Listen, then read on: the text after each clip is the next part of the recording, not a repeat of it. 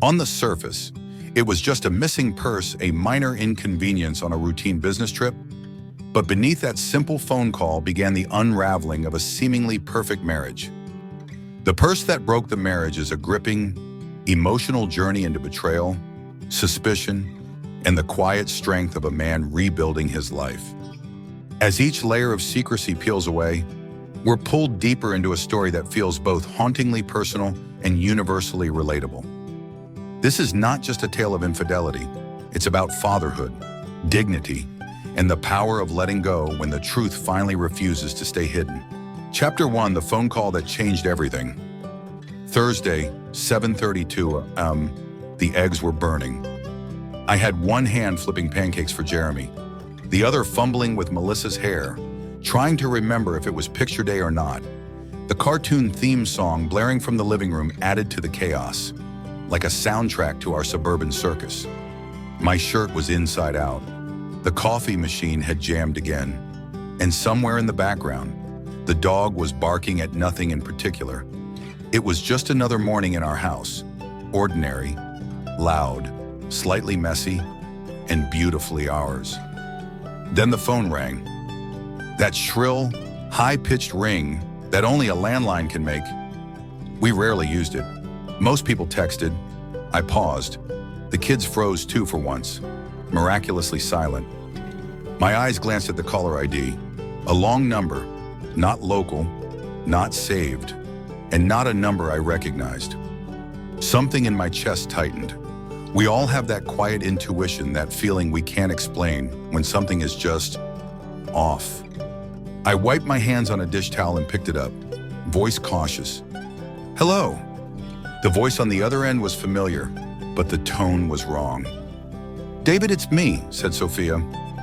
My heart softened for a moment. It was my wife.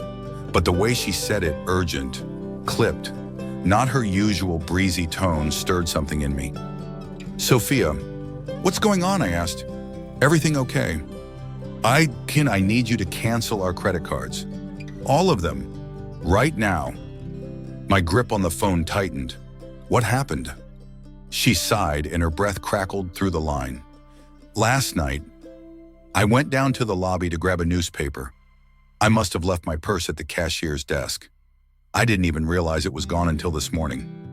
It's missing. Missing, not stolen, not taken, just missing, like a misplaced jacket or a casual oversight.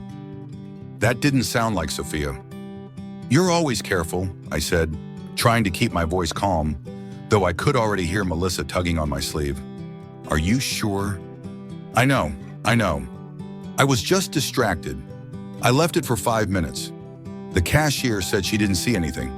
They're checking the dumpsters out back, just in case.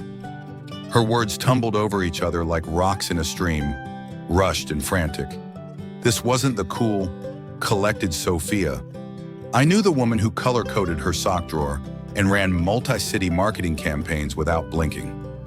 Okay, I said, already walking to my desk to grab the laptop. I'll take care of it now. She exhaled a bit of relief. Thank you. I told Joy, my boss, what happened. She's arranging for new corporate cards to be sent overnight. I'll have them in time before I leave tomorrow. Wait, I said, freezing mid-step. Tomorrow I thought this trip ended Friday. No, it's extended now. I'll explain later. But I need to go. I just wanted to warn you before anything happens with the cards. There was about $1,200 in my wallet. I'm sorry. She sounded winded, flustered, like she'd been running from something before she picked up the phone. I paused. Are you okay, Sophia? A moment of silence. I will be, she said quietly. Just cancel the card, please. And then the line went dead. I stood there for a full 30 seconds, holding the dial tone like it was some kind of answer. The kids returned to their cereal. The eggs were now well beyond burnt, but I didn't move. The house, for the first time that morning, was still. I couldn't shake the unease from my chest. A woman like Sophia doesn't just lose her purse. She doesn't forget her belongings at a hotel counter. And she doesn't sound breathless on the phone unless something deeper, something unspoken is going on. I had no idea then, standing barefoot on our kitchen tile, that this single phone call would shatter the quiet rhythm of our life, that it would lead me down a path of secrets, suspicions, and truths I wasn't prepared to face. All I knew in that moment was this: Sophia had lost something, and I was about to lose everything. Chapter 2. Something doesn't add up. Time has a strange way of dulling immediate worry. After Sophia's call, the days that followed returned to something resembling normal. Kids still needed to be fed, work still needed to be done, and dirty laundry still piled up like it was on a mission to consume our home. But somewhere beneath the surface, that call lingered, like a splinter under the skin, barely visible, but impossible to ignore. Sophia came home from her trip with tired eyes and that too sweet tone she used when she was trying to avoid something. She was affectionate, maybe even more than usual, like a woman clutching the last bit of normal before it slipped through her fingers. I wanted to believe her. I tried to believe her. But doubt, once planted, doesn't go away. It grows roots. It was about 6 weeks later when I found it. I was digging through our filing cabinet looking for the homeowner's insurance documents. We'd had a storm the night before, and a loose branch took a chunk out of the gutter. Simple husband stuff, tedious, normal. But that folder, the one marked Receipts Miscellaneous, it slid out with a stack of papers not supposed to be there. Mixed in with tax forms and bank letters was something unfamiliar, a thick, glossy fidelity statement, Sophia's name on the top in all caps. I hesitated. Sophia had always been private about that account. I respected it. It was from her parents after the accident.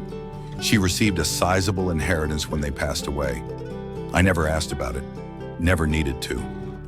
But as I held the statement in my hands, my fingers trembling just slightly, I saw the amount, $407,842.63. It startled me. I remembered the inheritance being somewhere around $350,000 to $1,000. I'd never seen it grow. She didn't talk about it, didn't even hint. But what froze me wasn't the balance. It was the transaction buried halfway down the page.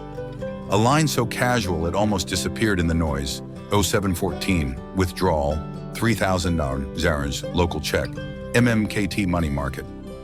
$3,000, taken out just days after her purse was stolen. The hairs on the back of my neck stood up. What kind of emergency was that Sophia had said her boss was sending replacement cards overnight?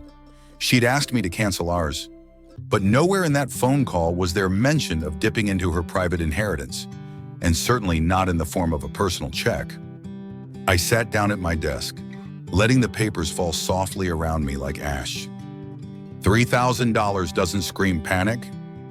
$3,000 screams purchase. I rummaged back through the folder. Tucked just behind the July statement was another page of receipt, folded and faded. Not a bank receipt. No, a jewelry store receipt.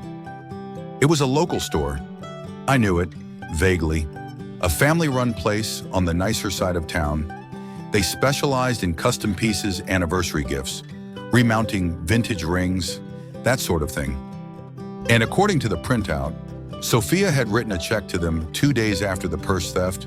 The check number matched the one from the fidelity statement. My stomach dropped.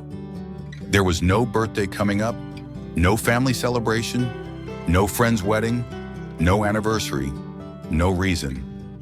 Unless she was replacing something she couldn't admit to losing. My eyes landed on the receipt total again, $2,973.50. So close to $3,000, it might as well have been a round number. That's not a necklace, not earrings. That's a pair, a set. That's rings. I leaned back in my chair and stared at the ceiling. The light above me flickered, probably another loose bulb, but at that moment, I couldn't shake the symbolism. Something was blinking, warning me, trying to wake me up. My heart pounded in my chest like a steady drumbeat. I wanted to call her, ask her directly. But what would I say? Hey, honey, remember that purse you lost? Did you also forget to mention that you bought brand new wedding rings 2 days later? No, she'd have an answer. Sophia always did. Polished, practiced. But I didn't want an answer. I wanted the truth. So I reached for the phone again, but this time, not to call her. I was calling the store. A woman answered, cheerful and polite. Brighton Jewelers, how may I assist you? I kept my tone light. Casual, like this was no big deal. Hi, I'm inquiring about a recent transaction. My wife made a purchase there a few weeks ago. We think there might be an issue with the warranty. She asked for the name and date. I gave both. There was a long pause. I could hear clicking on her keyboard. Then she said, oh yes, I remember this one. I stopped breathing. She was quite distressed. Said she had her wedding and engagement ring stolen. We worked with her to recreate the originals. She was very particular. Wanted them to look exactly like the first set. I didn't say anything. I couldn't. She used a corporate card first for the deposit, then sent a personal check a couple of days later. But don't worry, our pieces are all covered under a 90-day replacement warranty in case anything. I cut her off. Thank you. That's very helpful. I'll get back to you. I hung up. My hand was still holding the phone, even after the line had gone silent. My eyes stared through the wall, through time, through every memory I thought I could trust. Sophia never told me she lost her wedding ring. She never mentioned replacing it. And most of all, she never explained why she was carrying it in her purse in the first place. Something was wrong, very wrong. And for the first time in 11 years of marriage, I realized I no longer knew who my wife really was. Chapter 3, The Rings and the Lies. I once read that lies don't always come from words, sometimes they hide in silence. In what's not said, what's left out, what's smoothed over with a smile and a kiss goodnight. And now, standing alone in my home office with a jewelry store receipt trembling in my hand, I could finally hear the silence between Sophia and me, and it was deafening. She had lied. Not directly, not with bold, blatant fiction, but with omissions, carefully trimmed facts, a tone of voice practiced enough to sound like concern. She had told me about the stolen purse. Yes. She had mentioned the cash. Yes. The canceled credit cards. Yes. But not the rings. Not the wedding band I had placed on her finger 11 years ago with shaking hands and a heart full of hope. Not the engagement ring I worked 2 jobs to buy. Not the symbols we both promised would never come off. She hadn't lost just a purse. She had discarded our vows. Quietly, elegantly, like tossing away a receipt. That night, I couldn't sleep. I lay awake beside her, watching the shadows crawl across the ceiling. She was breathing softly, rhythmically, unaware or unconcerned by the storm in my chest. I turned to face her. Her ring finger was bare. There had been moments recently where I noticed excuses, quick gestures to hide it. Oh, I forgot it after showering, or it felt tight today. Now I knew why. She didn't forget. She had replaced them. But why? Why replace wedding rings without telling your husband? Why lose them at all unless you took them off? A deeper question began to form in my mind, sharp and unwelcome. Was she hiding the fact that she was married? The next morning, I waited until she'd left for work and the kids were safely dropped off at school. Then I returned to the folder in the cabinet, the one I wasn't supposed to look through. I dug deeper. Sophia kept things tidy. It was part of her charm. Her folders were color-coded, her files alphabetized. She even clipped receipts together by month. There at the bottom was something I'd never seen before. A hotel incident report. Not a photocopy, the original. The top read Hotel Grand Crest, guest incident documentation. Filed, signed, dated, in her handwriting. I sat down. The description chilled me. While attending a social event in the Grand Crest ballroom, I left my purse at my booth while dancing. Upon returning, the purse was missing. I did not notify local police at the time, as I was uncertain of its contents and unsure if it had simply been misplaced. Dancing, not grabbing a newspaper, not stepping away for a moment. She was dancing at a hotel ballroom. With whom? And why lie about it? Even more telling the hesitation to involve the police. That detail, so small, so suspicious. Sophia, the woman who once filed a formal complaint when a grocery clerk overcharged her for strawberries, was uncertain about notifying the police over a stolen purse containing her ID, $1, $200 company credit cards, and wedding rings. No, this wasn't an oversight, it was a cover. She didn't want an official record. Because records can be checked. I leaned back in my chair and stared at the ceiling fan spinning above me. It moved with hypnotic precision loop after loop, never stopping, never questioning its motion. Just like me. Going through the loops, the routines, the lies I didn't see, my thoughts spiraled. Who had she been dancing with? Why take off her wedding ring in the first place? Was she trying to appear available? Had this happened before? I opened my laptop. I typed the hotel's name, the jewelry store's name, her travel itinerary. I even pulled up our bank statements. Nothing out of the ordinary. Sophia was too smart for that. But now I was thinking like her, careful, quiet, calculated. That night, at dinner, she was in a good mood. The kids talked about school. Melissa had drawn a picture of our family, a stick figure, drawing with big smiles and 4 hands holding each other. But the detail that struck me, Sophia's stick figure had no rings on her fingers. I smiled politely. Inside, my stomach turned. After the kids went to bed, she stood in front of the mirror brushing her hair. The glow of the vanity light gave her an almost angelic outline. "Long day?" she asked. "Yeah," I murmured. She glanced at me in the reflection. "You okay?" I nodded, just tired. She walked over and kissed my cheek. "I'm flying out to Denton on Thursday. Same hotel, same routine." I looked up. "Oh," I asked, as casually as I could. "Think you'll have time to dance again?" She blinked just once, a small, nearly invisible flicker in her expression. Then smiled. "If I'm lucky," she said. She turned off the light and slipped into bed.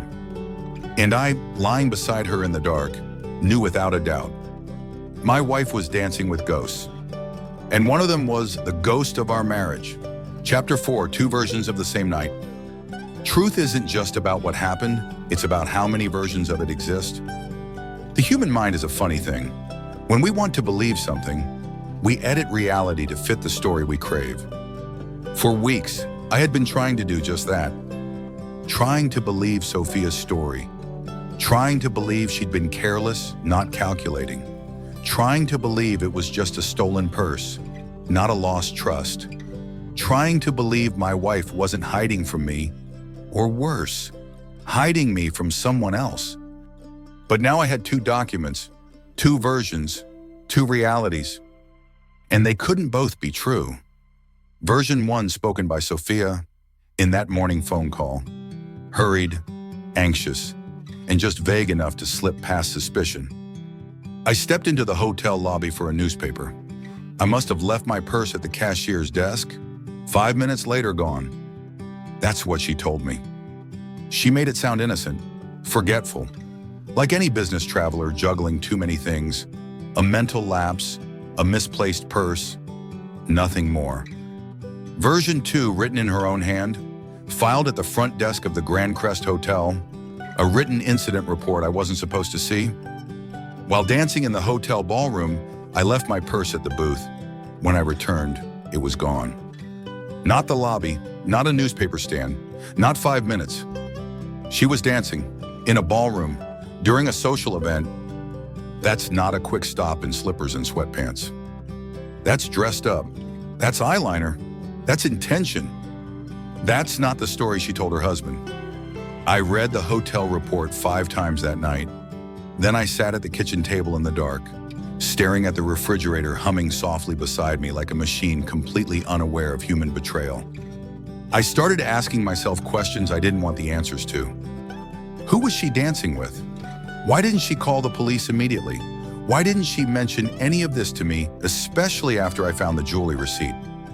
And then the most disturbing question of all, what else has she rewritten?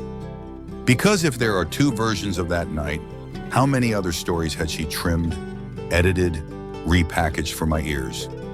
How many times had she smiled through half-truths and said, "It's nothing," when it was something? I decided to go for a walk. Not because I needed the air, but because I needed to escape the rising feeling that my home, my marriage, my entire life might be built on a foundation of soft lies and suppressed instincts. I walked the block slowly. The night was cool, quiet. Other houses glowed with the warmth of TV screens, family dinners, laughter through thin walls. And all I could think was, I'm the only one who feels like a stranger in his own marriage. When I returned, Sophia was already in bed. Her back was turned, her hair cascading across the pillow in neat waves. For a brief moment, I watched her and remembered the girl I married, her freckles, her sarcastic wit, the way she used to scrunch her nose when I made her laugh. Was she still in there? Or had something shifted subtly, over time, into someone I didn't recognize? The next morning, I made coffee like always. Toast for the kids, packed lunch boxes, smiled. Normalcy is easy when you rehearse it enough. Sophia was dressed for work, pinning her name badge to her blazer. "I'll be back late tonight," she said. "The meeting with the printers might run long." "Sounds good," I replied, handing her a thermos. She took it, paused, then kissed my cheek. "You're quiet lately," she said. I shrugged. "Just thinking." "About what?" I smiled, bland and practiced. "Nothing important." She looked at me a second longer, then left. And as the door shut behind her, something inside me whispered, "She doesn't know I know." Not yet, but she will. That night, I made my first call to the jewelry store. The next morning, I would make another, this time to a private investigator in Denton. Because I wasn't going to live with two versions of anything anymore. I wanted the truth, the whole thing. Even if it shattered everything I loved. Chapter 5, what she carries with her. The truth doesn't hide in words. It hides in zippers, compartments, and corners you were never meant to open. By the time Thursday arrived, I had rehearsed 1,000 versions of what I might find. Some were tame, an old receipt, a bottle of perfume, maybe even a gift she wanted to surprise me with. Others were darker, too dark to say out loud. But still, I looked. Because once doubt enters your home, it doesn't knock. It moves in, sleeps beside you, eats at your table. And you either feed it or you chase it out with the truth. Sophia's flight was at 7:30 a.m. to Denton. She was in her usual pre-travel mode, chipper, chatty, humming softly while packing. It always struck me how efficient she was when preparing for a trip, folding shirts with military precision, rolling socks into neat little balls. Her makeup bag zipped shut with a satisfying snap. She didn't bring her briefcase inside that night, which was odd. She always did. She claimed she liked to reorganize it the night before a presentation, make sure her laptop charger was in, double-check her samples and print materials. But this time, she came home with only her suitcase. I watched from the kitchen window as she parked her car, popped the trunk, and took only the roller bag into the house. Her briefcase, I assumed, was still tucked away in the car. Waiting. After dinner, I played it cool. We washed dishes together, laughed with the kids, even cuddled on the couch to watch a sitcom we both pretended to enjoy. Everything looked normal, but nothing felt normal. I couldn't stop staring at her hands. No ring, again. Just bare fingers typing on her phone beneath a blanket. Around 9:30 p.m., she stood up and stretched. "I'm going to pack my toiletries and shower now," she said. "I'll just grab a quick rinse so I don't have to stress in the morning." I nodded. "Sounds good." She walked to the bedroom. The water started running a minute later. I moved instantly. Keys were still in her purse on the kitchen counter. No hesitation. I walked out to the garage, heart hammering so loud I thought it might echo against the walls. Sophia's car was still warm. I popped the trunk. There it was, her briefcase. Jet black leather, polished, businesslike, and locked. But I knew the combination, she never changed it. 314. Pi. She always thought it was cute. The lock clicked open with a soft snap, like it had been waiting for me all along. I carried it into the car of my friend Jerry's garage, the service station down the road. Jerry owed me a favor, and more importantly, he asked no questions. The lights in the bay flickered on. Alone, I placed the briefcase on the workbench, opened it. My hands were steady, but my stomach wasn't. Inside laptop, presentation binders, USB drives, phone charger, makeup bag, and something else tucked into the side pouch, hidden. A small black box, the size of a deck of cards. I opened it. Condoms, a partially used strip, 3 missing, and not just any brand expensive ones, premium, the kind you don't buy for protection, but for presentation. My throat tightened. I stared at them like they might whisper an explanation. But there was none. No innocence here, no mistake, no miscommunication. Just confirmation of everything. I carefully placed everything back exactly the way I found it, zipped the briefcase, locked it again. When I returned home, she was brushing her wet hair, wrapped in a towel.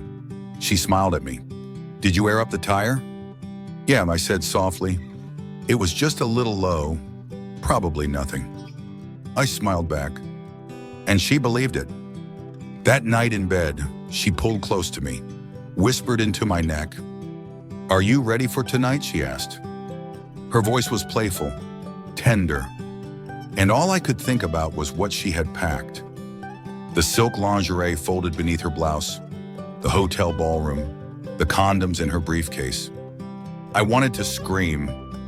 Instead, I touched her arm lightly and murmured, "I think I have a stomachache." She paused, then kissed my cheek and said, "That's too bad, honey." But there was no disappointment in her voice.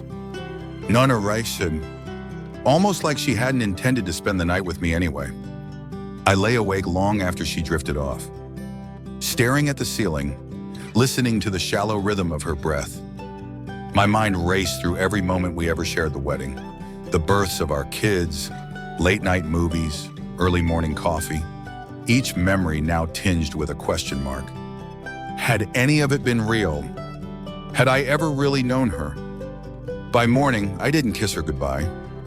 She left quietly, wheeling her suitcase down the hallway as the sun barely touched the windows. And I lay still, not asleep, not awake. Somewhere between the past I wanted to protect and the future I knew I had to face. But one thing was clear. She wasn't just carrying clothes and a laptop on that trip. She was carrying secrets, and I had just unpacked one of them. Chapter 6, The Watcher in the Shadows. There are things we can't unsee once we start watching, and once we've seen them, pretending we didn't becomes a lie of its own. The morning after Sophia left, the silence in the house felt deliberate, heavy, like it had weight. The kind of silence that doesn't just exist in the absence of noise, but grows in the space between truth and denial. The kids padded sleepily down the hallway. Cereal bowls clinked against the counter. The dishwasher hummed. Life continued, because it had to. But I wasn't in it. Not really. I was hovering above it, looking down at myself, just a man stirring sugar into coffee, nodding at cartoons, pretending not to notice that the woman he loved had carried condoms in a briefcase she never meant for him to open. I needed more than evidence. I needed confirmation. Not just from objects in a bag, but from eyes, from someone trained to see what husbands couldn't. I waited until after school drop-off, drove the kids to the curb with a goodbye kiss that felt like it belonged to a stranger's life. Then I turned the car in the opposite direction, away from the grocery list, away from errands, toward the quiet side of town where old law offices and private investigation firms nestled in converted Victorians. their blinds half closed like eyelids that had seen too much. The sign was subtle: Mason Investigations, discreet surveillance and civil tracking. The kind of place you don't notice until you're desperate enough to. I stepped inside, clutching a photo of Sophia I'd printed that morning. It was her in our backyard last summer, holding a lemonade, laughing, sunlight kissing her face. I had to look away from it as I placed it on the front desk. A woman greeted me in a tone that said she'd seen this before. I didn't have to explain everything. Just enough. My wife is on a trip, I said softly. She's in Denton. She's not who I thought she was. Within the hour, I was in a quiet room with a man named Vincent, a former detective with lines carved deep into his forehead and a voice like gravel. He didn't blink when I told him what I suspected. He didn't react when I said she packed condoms in a work bag, didn't flinch when I mentioned the rings, didn't look surprised when I said she danced at a hotel ballroom, but told me she went to buy a newspaper. He just nodded slowly and said, "Do you want photos or just a report?" "Both," I answered, "and I want to know who she's with." Vincent folded his hands. "We have a partner branch in Denton. We'll have someone tail her from the moment she checks into her hotel. She's staying at the Grand Crest." I said, "Room 414, or at least, that's the room she used last time." He scribbled quickly in shorthand I couldn't read. "I want to know where she goes, who she meets, and if she brings anyone back." I added. The words tasted like poison in my mouth. Vincent didn't say anything for a beat. Then he nodded again. "We can do that. Discreet, fast, efficient." I handed him the photo. The woman smiling in the picture was a ghost now. Still pretty, still composed, but not real. Not to me. "She'll be there for 3 days." I said, "Wednesday through Friday. I want a full log." He asked for her car, make and model, her work hours, her travel pattern. I gave him everything, down to the way she chews gum when she's nervous, down to how she uses her maiden name for hotel bookings when she wants privacy. Vincent didn't ask why I knew that. He didn't need to. He just looked me in the eye and said, "We'll find what you're looking for. You may not like it, but you'll get it." I left the office with a receipt and a folder. Prepaid, non-refundable. Just like marriage, I thought bitterly. And as I sat in the car with my hands gripping the wheel, it struck me. I had officially become the man in the shadows. The one waiting for a report to tell him if he was enough, or if he had ever been. That afternoon, I called the divorce attorney my friend Mark had recommended. The receptionist had a voice like velvet and an attitude like steel. She scheduled me for Friday. "Is this an urgent filing?" she asked. "Yes," I said, "but I'm waiting for confirmation first. I need evidence." She didn't ask what kind. She didn't have to. That evening, I helped the kids with homework, pretended to laugh at Melissa's knock-knock jokes, gave Jeremy tips on his spelling bee list. I even made Sophia's favorite pasta for dinner without saying aloud that it was her favorite, without telling the kids why I scraped her name off the plate that sat empty at the head of the table. At bedtime, I kissed them both twice. Lingered longer than usual, because I already knew something they didn't. Our family was about to change. Maybe not tomorrow, maybe not next week, but soon. And as I turned off the lights that night, one thought pulsed in my mind, unshakable. She's not just cheating on me, she's cheating on them too. I laid awake in the dark, waiting for shadows from another city to call me back. And when they did, I would be ready. Chapter 7, A Picture Worth 1,000 Scars. Sometimes the truth doesn't arrive as a confession. It arrives in pixels, frozen moments, and the cruel clarity of a photograph that doesn't lie. Monday came like any other day. The kids were scrambling for backpacks and cereal. Jeremy couldn't find his left shoe. Melissa was brushing her teeth with the kind of intensity only a 6-year-old can muster. The sun was bright, too bright, and the air tasted like spring. It was just another weekday in the life of a suburban dad. Except it wasn't, because I knew that today, I would see her. Not the version she showed me, the wife who kissed me on the cheek and said she'd be back soon. No, I was about to meet the version of Sophia who didn't know I was watching. The real one. At 10:12 a.m., the call came. Unknown number. I answered on the second ring. Mr. Carter, the voice asked. Crisp, professional. This is Melissa from Mason Investigations. The report's in. Our Denton team faxed it this morning. Would you like to come pick it up or have it scanned and sent digitally? I cleared my throat. My voice came out thinner than I liked. I'll come in. Very well. We'll have it ready. By 11:05 I was seated in the same dim office as before. Same faint smell of paper and wood polish. Same frosted window that let in light but not warmth. Vincent wasn't there this time, just the office manager. A woman named Camille with kind eyes and the calm demeanor of someone who'd handed over too many shattered truths to nervous husbands. She slid the manila folder across the desk like it was radioactive. The file includes time-stamped logs, cross-referenced with hotel footage, and 3 photographs. They're labeled. I didn't thank her. I couldn't. My hands trembled as I peeled open the folder. Exhibit 1A. A grainy black and white still from hotel security. Time-stamped Wednesday, 5:17 Sophia, walking through the hotel lobby in her blazer, carrying her briefcase. Her name badge was visible, her posture confident, professional. Her left hand clearly visible, rings intact. I stared at it, confused. So, the new rings, she was wearing them. She didn't forget, didn't leave them in the suitcase. They were on her finger, in public. Then why? I turned the page. Exhibit 1B.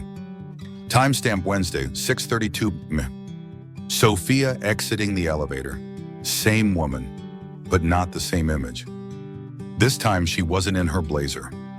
She wore a black cocktail dress, sleek and low cut, her heels sharp enough to make a statement, her hair down, not the tied-up work knot she wore to meetings, and the necklace, God, the necklace, the one I gave her for our 10th anniversary. But what stopped me, what knocked the air from my lungs, was her left hand. Bare. No rings, not even the replacements. Exhibit 1D, it was taken from across the hotel bar. Blurred slightly, but there was no mistaking it. Sophia, in a booth. Locked in a passionate kiss with a man I'd never seen before. His arm wrapped tightly around her waist, her body angled toward him, her hand resting on his chest. Her eyes were closed. She wasn't drunk, she wasn't hesitant, she was alive in that moment. Engaged, desiring, happy. I dropped the photo. A dull thud echoed as it hit the desk. Camille said nothing. I picked it back up with shaking fingers. The report continued, but I barely absorbed the words. She had left with him at 8:51 p.m. They'd taken the elevator together. Gone to her room, room 414. He stayed for almost 3 hours. The detectives got his license plate, traced it. His name was Alexander B. Tate, married, 2 kids, same city, same secret. I didn't cry. Not then. I just sat in that office, the folder open in front of me like a coroner's report on my marriage. Camille offered me a bottle of water. I took it, but didn't drink. Do you want to take the materials home? She asked gently. No, I said, my voice cracked. Make me copies, 2 sets, one for my lawyer. She nodded. We'll email a digital archive as well. I stood, and in that moment, I felt something strange. Not sadness, not rage, just the cold click of closure, like a lock sliding into place. As I stepped outside, the wind hit me hard, like it knew I just walked through the wreckage of my own life. The sky was still blue. Children were still walking home from preschool with juice boxes and painted rocks. A dog barked from behind a white fence. And somewhere in a hotel room 100 miles away, my wife had made a choice. She chose to take off her rings. She chose a stranger's touch over her children's bedtime stories. She chose lies over a man who once held her hand like it was sacred. The pictures didn't lie, but the woman in them had, and now I had proof. Not to understand her, but to protect what was left of me. Chapter 8, The Public Goodbye. Some endings aren't whispered. They're delivered loud enough to echo so the lie knows it's finally been caught. Friday morning arrived soft and golden. The sun poured through the blinds like it didn't know everything had changed. Birds chirped near the fence. The smell of toast wafted from the kitchen. Melissa was giggling at a cartoon, and Jeremy was busy arranging his dinosaurs into some epic prehistoric battle on the living room rug. And I was sitting at the table with a cup of coffee and a printed folder that might as well have been an autopsy report. The cause of death trust. Across from me, the divorce papers lay neatly in a manila envelope, weighed down by a ballpoint pen. I stared at it the way a soldier might look at his own rifle, knowing it was necessary, knowing what it could do. At 9:42, I called the attorney's office. A woman named Rebecca picked up. Efficient, sharp. She sounded like someone who didn't flinch at the ugliest parts of love. "Yes, Mr. Carter," she said after checking her screen. "We have everything prepared for filing. Are you ready to proceed?" "I am." "Do you want them served at her home or her workplace?" I looked toward the hallway, where the kids' backpacks leaned ready by the door. A normal Friday morning. "No," I said, "not home. Serve them at her workplace. I want this to land where she still pretends to be someone else." There was a pause. Not judgment, just a beat of silence. "I'll have the process server go out this afternoon," she said. "Do you want to include a cover letter or personal note?" I didn't hesitate. No, the papers speak for themselves. Sophia returned from Denton that evening. She looked tired. Her hair was pulled back messily, and her blazer was folded over her arm. She wore flats instead of heels. She smiled when she saw me, but it was small-guarded. "Hey," she said, "thanks for keeping the house running." I said nothing, just nodded and took her suitcase from her hand. She didn't know. Not yet. And I didn't want to give her the courtesy of a warning. That night, over dinner, she sat across from me and made small talk about the marketing team's performance. Melissa talked about her painting project. Jeremy asked about a dinosaur documentary. I nodded, laughed when needed, chewed my food like it wasn't ash in my mouth. But every now and then, she'd glance at me with a flicker of uncertainty, as if she sensed a current beneath the surface, as if some part of her knew the walls were closing in. She didn't ask. I didn't tell. I wanted her to feel the same thing I had felt for weeks: confusion, doubt, dread without a name. The next morning, she dressed like any other Monday. Navy blouse, slim fit black pants, light makeup, simple earrings. She came into the kitchen with her keys in one hand and her coffee thermos in the other. "See you tonight," she said with a smile. I kissed her cheek, soft and detached. "Drive safe." As the garage door closed behind her, I whispered under my breath, "You won't be back the same." At exactly 11:13, my phone buzzed. "Private number," I answered. "Mr. Carter," a voice asked. Tentative, female, shaking slightly. It was Sophia. Her breath caught. "I just got served papers. At work." "David, what the hell is this?" I said nothing. The silence stretched, a vacuum. Her voice cracked. "Are you really doing this in front of my coworkers?" I kept my tone cold, measured, like the photos had taught me. "Did you really do that in front of a camera, Sophia?" Silence again. And then, finally, the breathless whisper of someone who realized they'd underestimated their opponent. "Ya no, Rama. You knew." She didn't come home that night. And for once, I didn't wait up. I fed the kid, brushed their teeth, tucked them in with bedtime stories and lullabies and soft promises that everything was going to be okay even if it wasn't. Then I stood in the living room with the lights off and the blinds cracked open, watching the world outside move on. No sirens, no thunder, just a quiet, perfect spring evening in a neighborhood where people smiled and watered lawns. But in this house, we had just buried a marriage. She called once more around midnight. The screen lit up, Sophia, Mobile. I didn't answer. Let the call ring out and die.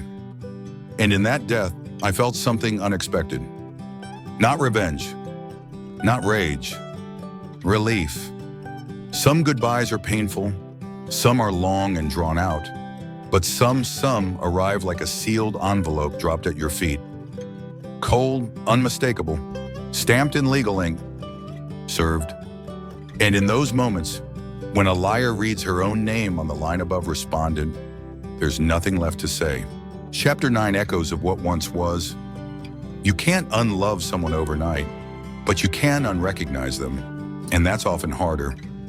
The morning after the papers were served, the house felt hollow, not empty but echoing, like it remembered the shape of her before I could forget it. Sophia didn't come home.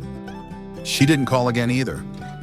Just one final voicemail, time-stamped 2:17 a.m., left in a voice that no longer belonged to a wife or even a friend, just someone who'd been caught stepping through a mirror and wasn't ready to face what was on the other side.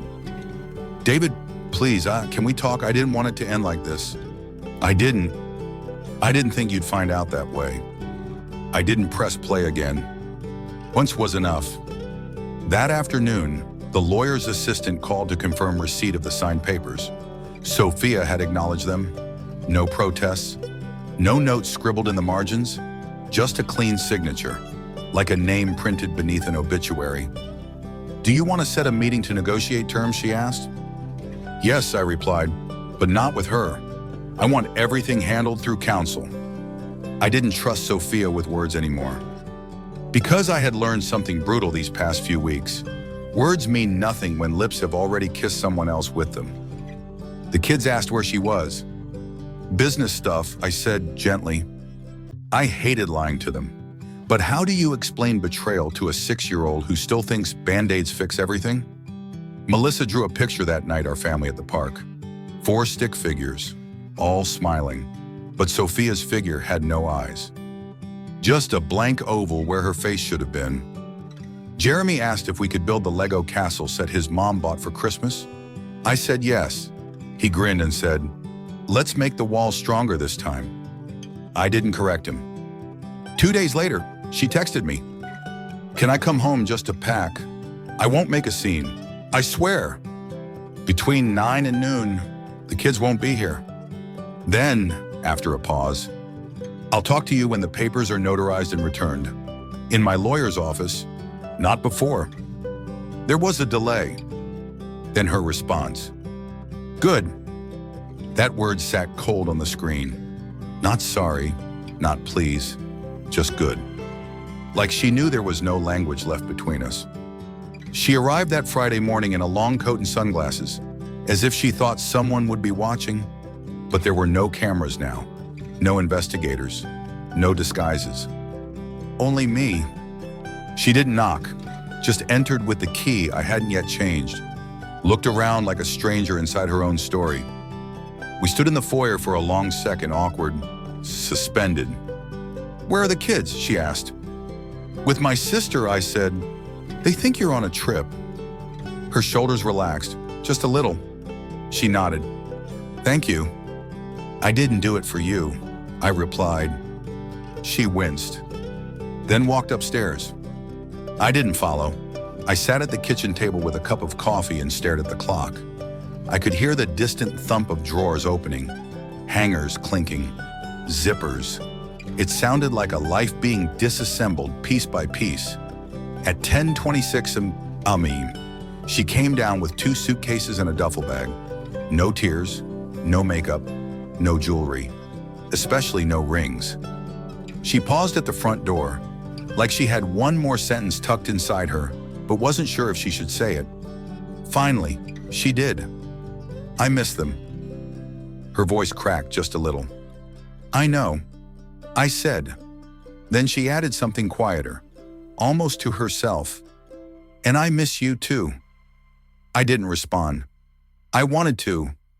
My heart wanted to scream. Then why did you throw us away? But I said nothing. Because sometimes silence is the only response that matches the weight of the crime. She left without looking back. And in that moment, the door didn't just close. It sealed. That night, I tucked the kids into bed and read them their favorite story. The one where the knight always saves the village, always protects his home, no matter what. They fell asleep faster than usual, but I didn't. I sat in the living room with her last cup still in the dishwasher, her perfume still faintly lingering on the couch cushion. She had been a part of this house. Now she was a shadow. The following Monday, my attorney called. David, she's agreed to all the terms.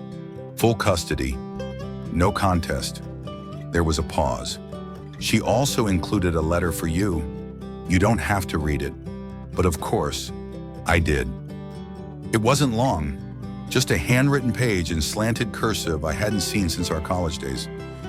David, I don't expect forgiveness. I don't even expect you to understand. I was broken in ways I didn't admit, even to myself. I thought I could outrun the emptiness, fill it with attention, with risk, with things that made me feel alive. But I was already alive. I just didn't know how to live inside something real. And I'm sorry I destroyed it trying to find something that was always right in front of me. Please take care of them. You were always the better parent, the better person. I never deserved you. Sophia. I folded it once, put it in the drawer where I keep expired warranties and old instruction manuals. Not because it didn't matter, but because some truths are better buried under things already forgotten. I poured myself a whiskey that night, stared out the window, and whispered to the dark, you didn't break me. You just broke the version of me that needed you to stay. Chapter 10, a new chapter, a different kind of love. Sometimes healing doesn't come in waves. It comes in stillness, in ordinary mornings that don't hurt anymore. Spring passed, then summer arrived with its heat waves and fireflies. And for the first time in over a decade, the house began to feel quieter, but not empty. Just honest. The walls no longer echoed with unsaid things. The kitchen no longer hummed with avoidance. The hallway no longer held the scent of a woman pretending she still lived there, in more than body. The kids adjusted in the way children do. Melissa stopped asking when mommy would be home. Jeremy stopped drawing family portraits with 4 stick figures. Their laughter returned cautious at first, then louder, freer, real. And me, I learned how to breathe again. Not the survival kind, the real kind. The kind that fills your lungs without weight. It started slowly. Saturday pancakes, long walks with the kids to the park, laundry on quiet evenings where I folded each shirt with care, not resentment. I didn't play detective anymore. Didn't check hotel bookings, didn't replay the photos. I let her go. Not all at once, not without scars, but piece by piece. I released the version of Sophia I once clung to, and in her place, I began to find myself again. Her name was Rachel. We met at the parent-teacher meeting. Divorced, warm smile, quiet strength. She didn't ask for my story right away, just noticed how I laughed with my daughter, how I tied Jeremy's shoes, how I listened when people spoke.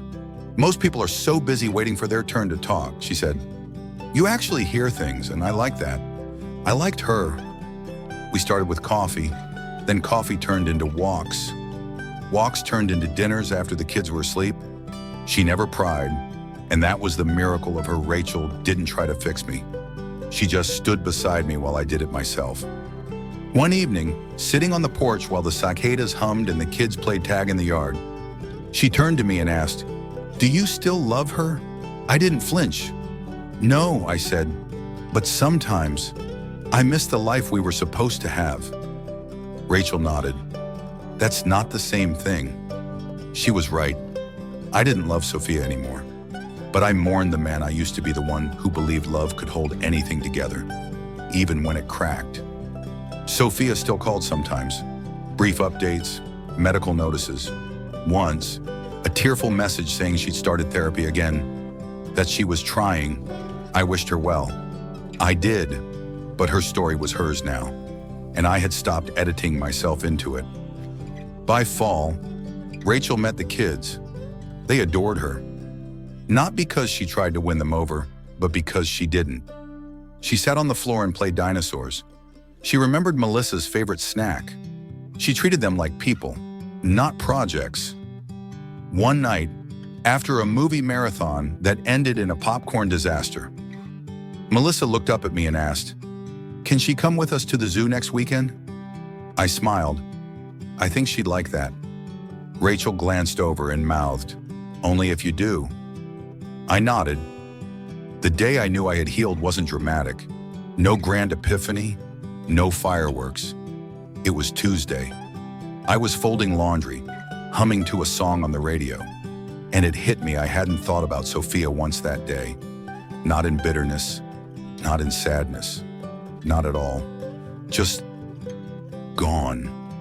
And in her place was a house full of laughter, dinner bubbling on the stove, a woman with kind eyes in the living room, and two kids giggling over who got to press the elevator button first in their make-believe game. There are many kinds of love, but the rarest is the one you find after the fire, the one that grows in the ash. Slow, steady, and unshakably real. Not because it saved you, but because you learned to save yourself first. And in that, I found a different kind of love, not perfect, not flashy, but true. The kind that doesn't require rings, just presence, and the quiet promise that this time, I'll never have to look over my shoulder again.